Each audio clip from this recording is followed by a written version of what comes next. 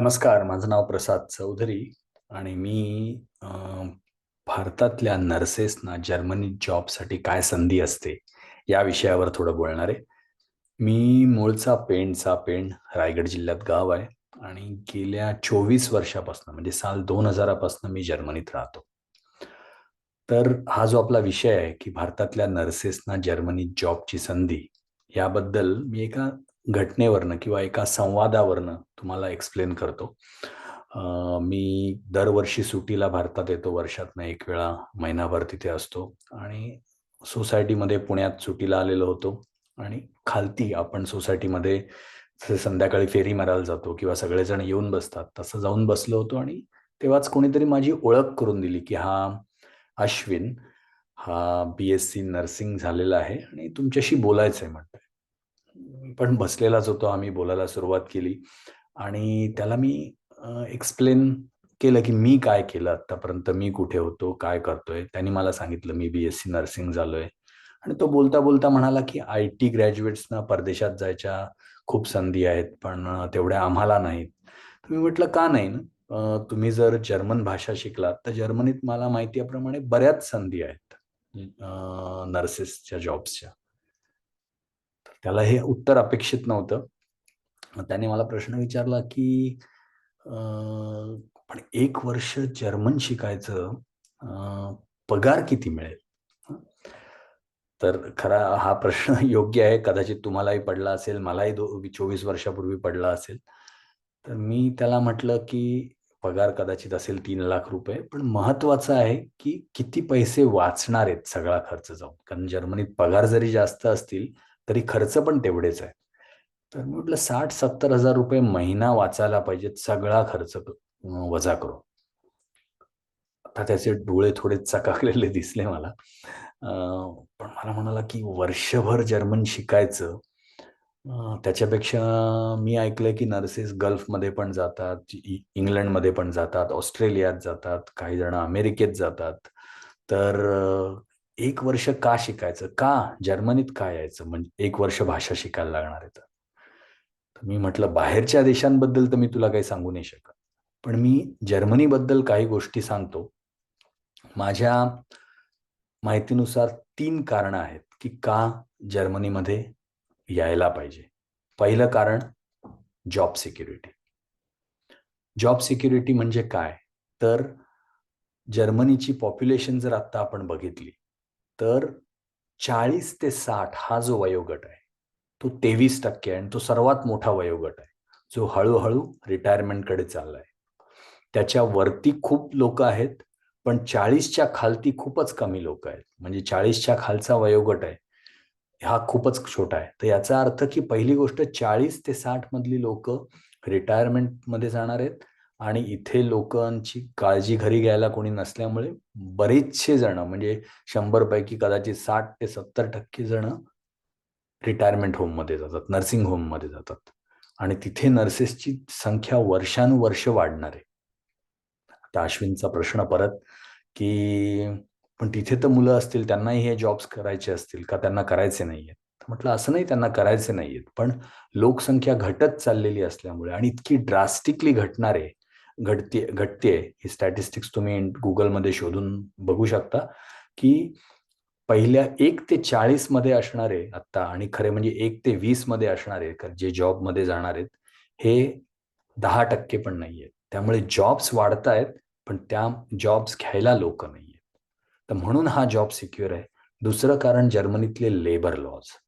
जर्मनीत जर एखाद्या कंपनीमध्ये, हॉस्पिटलमध्ये किंवा नर्सिंग होममध्ये जर तुम्ही नर्स म्हणून किंवा कुठलाही जॉब असेल, तर काढणं सहजासहजी सोपं नाही जॉबवरनं.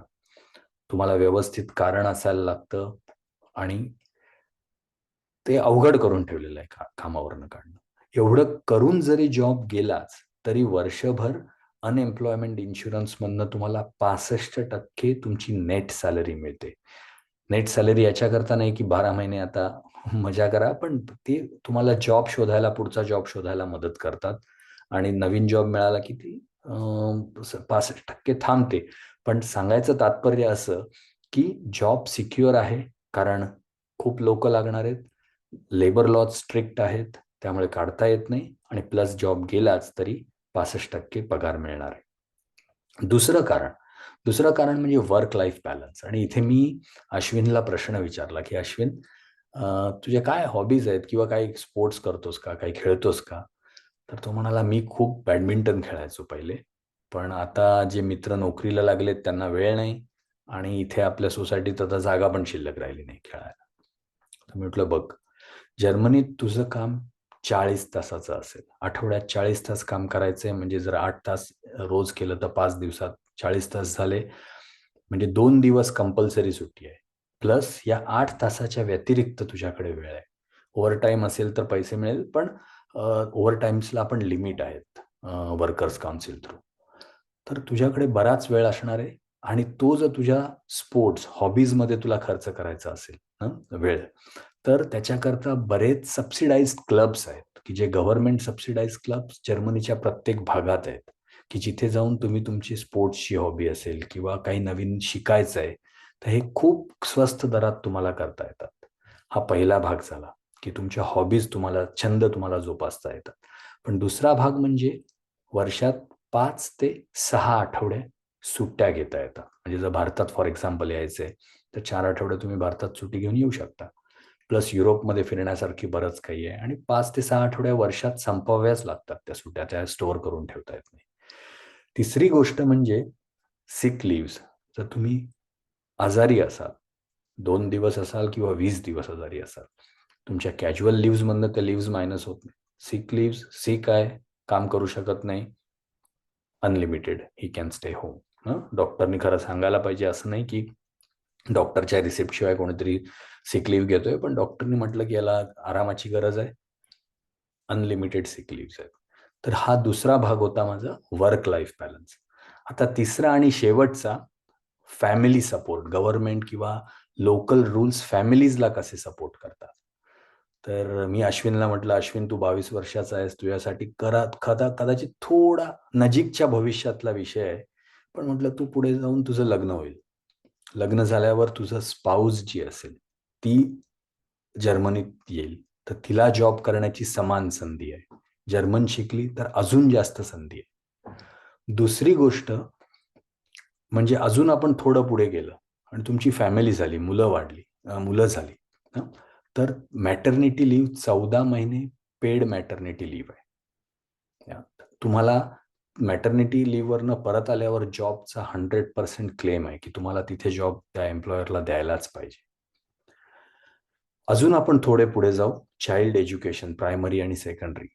प्रायमरी आणि सेकंडरी एज्युकेशन सगळ्यांसाठी मोफत आणि हाय क्वालिटी एज्युकेशन. आपल्याकडे गव्हर्नमेंट शाळेत शिकणं तेवढं चांगलं समजलं जात नाही, पण इथे गव्हर्नमेंट शाळा हाय क्वालिटी एज्युकेशन देतात.